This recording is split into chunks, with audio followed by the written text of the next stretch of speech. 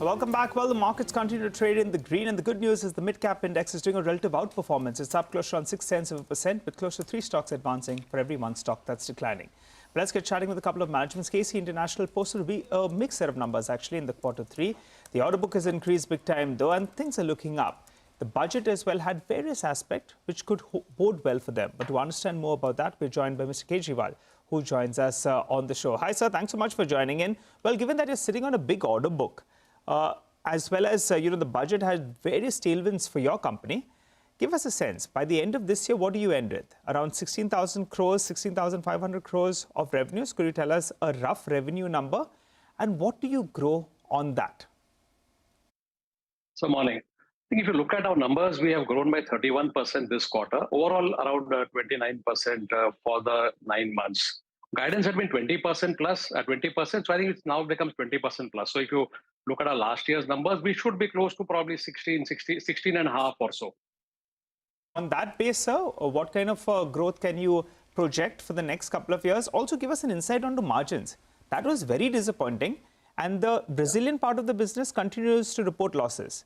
Does it turn around in Q4? And from then on, you start heading towards double-digit margins? So on revenues as well as on margins. So let me talk about Brazil. Brazil, we had some legacy projects which have all been completed as promised in Q3. So our expectation is that from Q4 onwards, we will start reporting an operating profit in Brazil. We still have an issue because of the interest rates which are at 17-18% in Brazil. So we may still have a PBT loss, but operating profits will start from Q4 onwards as far as Brazil is concerned. As far as next year is concerned, we have an order book plus L1 of around 35,000 crores. And with all the announcements which we saw on capital outlays yesterday, we do expect that, we should get more orders. So next year, we are confident that we should do another 15% or so growth on top of the 20% plus for this year. What did you see on order book, Mr. Kejriwal? You are now at 35,000 crore. What's the order book now? We are at, Lata, we are at 29,000 crores orders plus 6,000 of L1. So we are at 35,000 crores sort of an order book today. Okay. And what margins could you garner in these? Do they come with some set commodity prices, or do you think you can improve your margins? So typically the margins would vary from 8% to 10-11% or so. So that's the way the margins on these orders would be. A large part of these orders are on variable pricing, but there are some which have fixed price. So with what has happened in the last 2 years and also, so most of the metal risk what we have already been hedged. So I'll say that we are more or less okay with our margins. You said that your 9-month growth is what, 29% against a promise of 20%. Now, this budget seems to be up your alley in every way, with the kind of thrust on capex and railways. Why are you so modest in your revenue forecast at 15%? Why not repeat what you've done this year? So, Lata, what will happen is that these outlays have been announced, so they need to get converted into specific projects and tendering and all that. So I think by the time this numbers get translated into orders for us, will probably be Q3 in terms of the financial year. So this will help us in maintaining our run rate for FY25. Okay. FY24, some of them may come this year, but I don't see. But I already have an order book of 35,000. So 15% should be easily achievable. Okay, all right.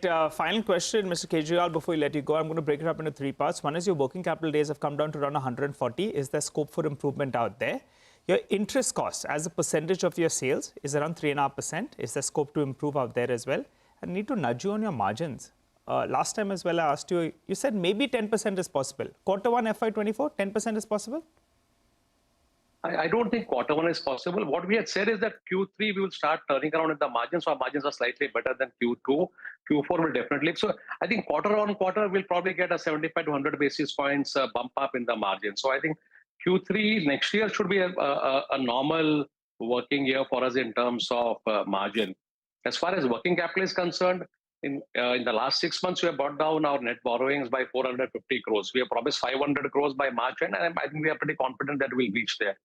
Interest cost has been a problem for us because of although the borrowings are going down, but the interest rates have gone up. So we were at 4.5% in India. We are now paying 7.5%, 8%. So I think interest cost will be a cause of worry, but we do expect our working capital to go down. So what we are expecting is that even with a 15% growth next year, our interest cost in absolute terms should not go up. The percentage today, which was at 3.4% to revenue for this quarter, should probably come down to around 2.5 or 2.6% next year. So there will effectively be a 80 basis points reduction in interest to revenue. All right. Thank you very much, Mr. Kejriwal. I appreciate you joining in.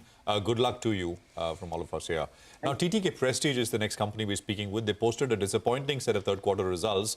The cookware majors, revenues and EBITDA have seen sharp dips. Even margins have sharply contracted on the back of, I guess, inflationary pressures. We have the management joining us now. Mr. T.T.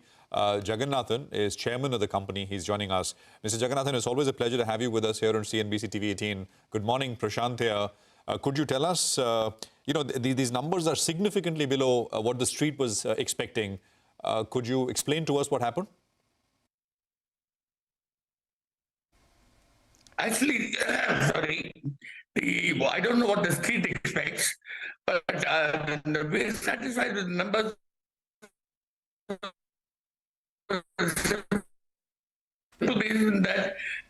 Okay, I think what we'll do is, Mr. Jagannathan, what we'll do is we'll just connect you on the phone. The audio is a little unclear, so just give us exactly 60 seconds. We'll have you back on another line. In the meantime, I think we can take a look at the market, which is down 16, 17 points. So this is a much better outcome this morning as compared to what we've had over the last many trading sessions. And of course, I mean, Ambuja at one point went up 10%. It's up 5.5%. And Adani Ports has shed all the losses, and it's absolutely flat. Closer to 500, it got to, 440, 430 kind of levels earlier. Okay, Mr. Jagannathan is back with us on a better line. Mr. Jagannathan, go on, sir. Hello? Yeah, go on, Mr. Jagannathan. You were telling us about the performance in the Q3. You said you're not very disappointed. No, because in fact the secondaries were good. Primaries were a little low because we wanted to plus up to the market. Now market is very healthy right now because the stocks in the market are low. And in any case, if you compare this quarter to the pre-COVID quarter, we're 30% up. The two COVID years were very good years for us because the share of wallet came away from travel and hotels and cinemas to us. Okay. Is there a significant you're saying the market is very healthy. Is that what you're saying, Mr. Jagannathan? That is exactly what I'm saying. There is no slowdown in discretionary demand or anything of that sort? No. But, sir, if we compare it to your performance in FY22, it looks much, much lower. So you say FY22 is one-off and you are now back to pre-COVID levels? That is like Lata. FY22, the company grew 31%. Now you can't expect that kind of growth to continue. Okay. Any pockets of demand that you can point to? Is rural doing well? Is urban doing well? Or exports? Where would you place your, bets? Across the board is doing well. Exports, in fact, is doing extremely well. Oh. We are not able to satisfy demand. This is which region, sir? Is it Middle East? Is it any specific area? No, it is Europe and America. Oh, that's good to hear. What about margins, sir? You'll have reported...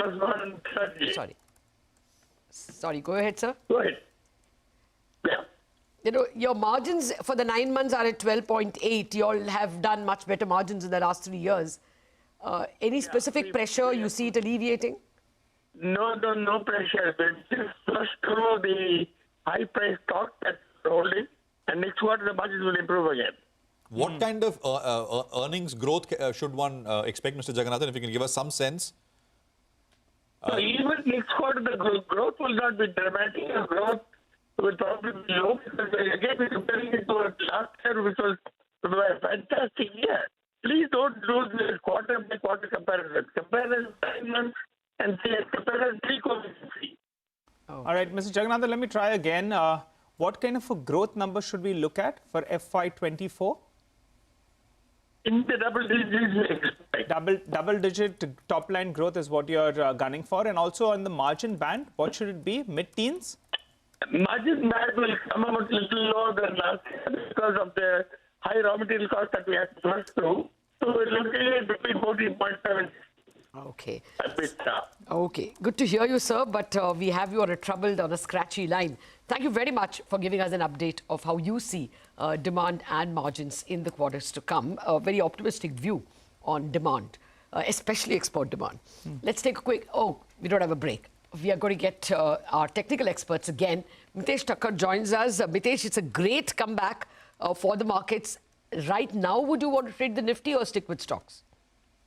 No, they're still trading stocks, because as I said, I think we still are not getting any clear-cut directional bias. I think around 17,400, the gap area, and then the 200 average at 17,300 means that you will get support at lower levels, and we are also oversold.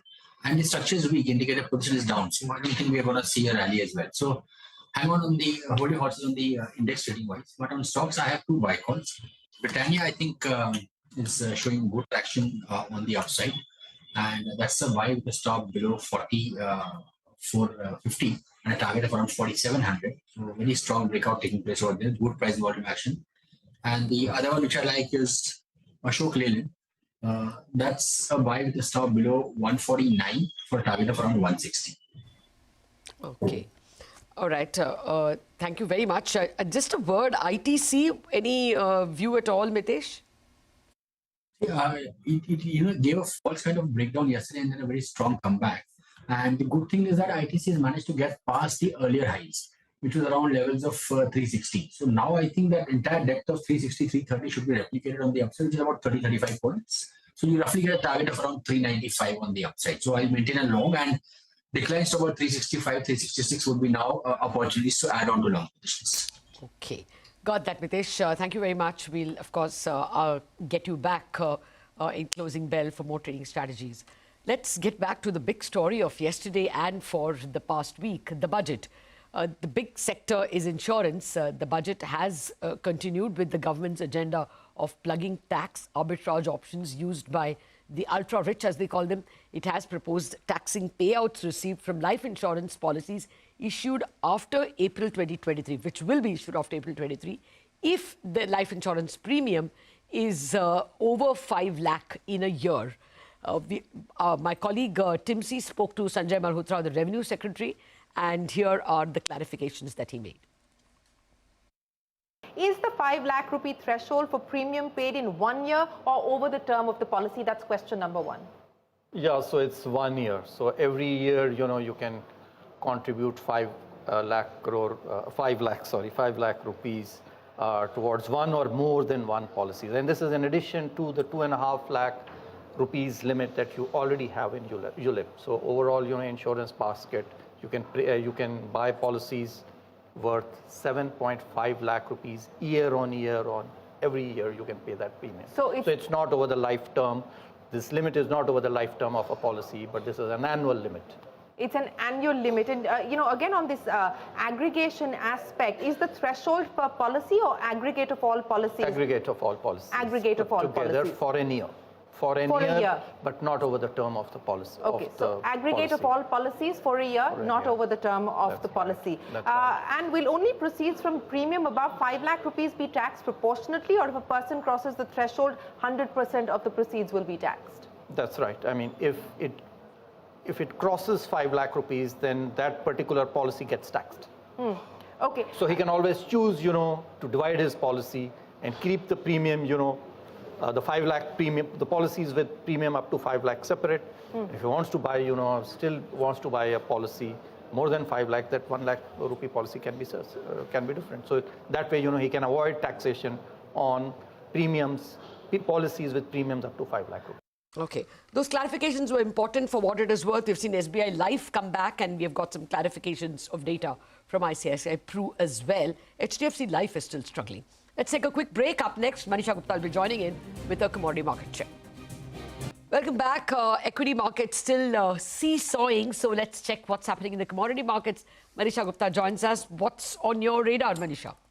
Very clear trends emerging when it comes to gold, Lata. We're looking at an all-time highs in the Indian markets here, and we are trading above 58,000 rupees per 10 grams here. 58,600 is the last time that I checked, and in the international markets as well, we are trading at an 8-month highs right now. Last evening, New York session after the US Fed meeting was done, we saw the prices gain up to $1970 per ounce. They are holding at around $1953 at this point in time, but very strong gains continuing in case of gold prices. The last quarter saw the gold prices gain up by nearly 11%, and in the month of January 2023, we saw the prices gain up by 7%. So when you look at 2023 in totality right now, we are up by nearly 8% for the gold prices. Unexpected lines coming in from the US Fed, where we have seen the rates being increased by 25 basis points. That is the range now between 4.5 to 4.75%. No surprises there really. But we have seen the dollar index decline by 1% overnight, and that clearly has been a supportive factor for gold. And the dollar index now is down by nearly 9% between October to January end, and that clearly has been one major supportive factor for the gold prices there.